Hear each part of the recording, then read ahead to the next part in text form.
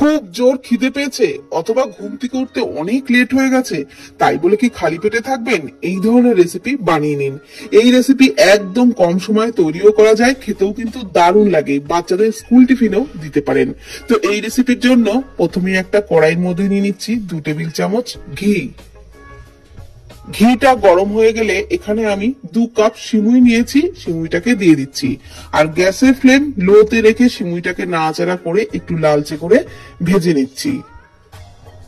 খুব বেশিক্ষণ ভাজার একদমই দরকার নেই, একটু নাড়াচাড়া করে 1-2 মিনিট ভেজে নিলেই সিমুই কিন্তু ভেজে নেওয়া হয়ে যাবে। তারপর সিমুইগুলোকে তুলে নিতে হবে। সিমুই তুলে নেওয়ার পর ওই কড়াইয়ে দিয়ে দিলাম আরো 4 টেবিল চামচ মতো সাদা তেল। ওর মধ্যে দিয়ে দিলাম 1 মুঠো চিনেবাদাম। চিনেবাদামটাকে নাড়াচাড়া করে বেশ লালচে করে ভেজে নিচ্ছি। আপনারা চাইলে এই রেসিপিতে কাজু বাদামও দিতে পারেন, কাজু বাদামও এরকম হালকা তেলের মধ্যে ভেজে অবশ্যই ব্যবহার করতে পারেন। তবে আজকে আমি আর কাজু বাদাম দিচ্ছি না, শুধু চিনে বাদাম দিয়েই তৈরি করব। বাদামগুলো তুলে নেওয়ার পর ওই তেলের মধ্যে দিয়ে দিলাম ছোট 1 চামচ গোটা জিরে আর কালো জিরে। এগুলোকে লো ফ্লেমে নাড়াচাড়া করে একটু ভেজে নেওয়ার পর দিয়ে দিচ্ছি একটা বড় সাইজের পেঁয়াজ কুচি, 3টে কাঁচা লঙ্কা কুচি আর দিয়ে দিলাম 10-12টা কারি পাতা। এগুলোকেও নাড়াচাড়া করে খুব ভালো করে ভেজে নিচ্ছি। সমস্ত সবজি খুব ভালো করে নাড়াচাড়া করে ভেজে নেওয়া হয়ে গেছে। এখন আমি এর মধ্যে দিয়ে দিচ্ছি ডুমো করে কেটে নেওয়া গাজর আর আলু। এখানে একটা গাজর আর একটা ছোট সাইজের আলু দিয়েছি। আপনারা আলু খেতে অপছন্দ করলে আলু ছাড়াও রেসিপিটা তৈরি করতে পারেন। আর এইসব সবজি বাদ দিয়ে আপনাদের পছন্দ মতো অন্যান্য সবজিও কিন্তু এর মধ্যে ব্যবহার করতেই পারেন। তো আলু আর গাজরটাকে 1 মিনিট মতো নাড়াচাড়া করে নেওয়ার পর দিয়ে দিচ্ছি টমেটো কুচি। একটা মিডিয়াম সাইজের টমেটো কুচি দিয়ে নাড়াচাড়া করে ভেজে নিচ্ছি। সমস্ত সবজি বেশ নরম করে ভেজে নেওয়া হয়ে গেছে। এখন আমি ওই 2 কাপ সিমুইয়ের জন্য এখানে জল দিয়ে দেবো 2.5 কাপ। এটা কিন্তু উষ্ণ গরম জলই দিচ্ছি। আর যতটা সিমুই তার থেকে একটু বেশি জল দিচ্ছি। 2 কাপ সিমুইয়ের জন্য 2.5 কাপ জল দিয়ে দিলাম। তারপর নাড়াচাড়া করে নিচ্ছি। খুব বেশি জল কিন্তু একদমই দেবেন না, তাহলে সিমুই বেশি নরম হয়ে যাবে। তো পরিমাণ মতো লবণটাও এই সময় দিয়ে দিলাম আর দিয়ে দিচ্ছি ছোট 1 চামচ চিনি।